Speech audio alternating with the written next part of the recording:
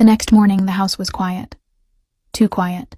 No raised voices, no visible anger, just strategy. My father doesn't explode.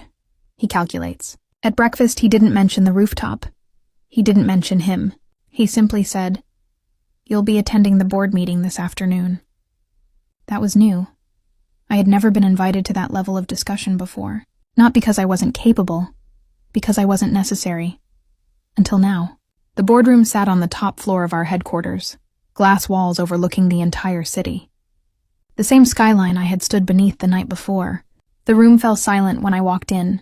Executives, lawyers, advisors. And at the far end of the table, him. I hadn't expected that. His father sat beside him, expression unreadable. So this wasn't coincidence. This was confrontation. "Good," my father said smoothly. "Now we can speak openly." The screen at the front of the room lit up. A contract appeared. Dated 15 years ago. A joint venture agreement. "Our families," my father began, "once intended to expand internationally together." His father's voice cut in calmly, "Until funds disappeared."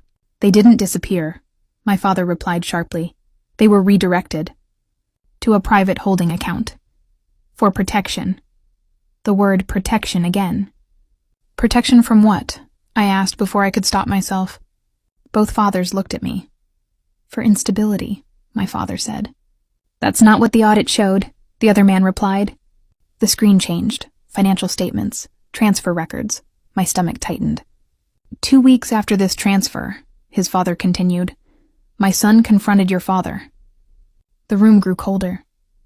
And 2 weeks after that, he added quietly, my son was dead.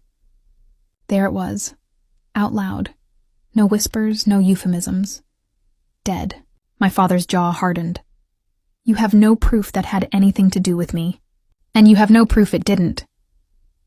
The tension was no longer disguised. This wasn't business. This was accusation. I looked at him across the table. His expression wasn't rage. It was something heavier. Burden. Like he'd carried this narrative his entire life. "Why bring this up now?"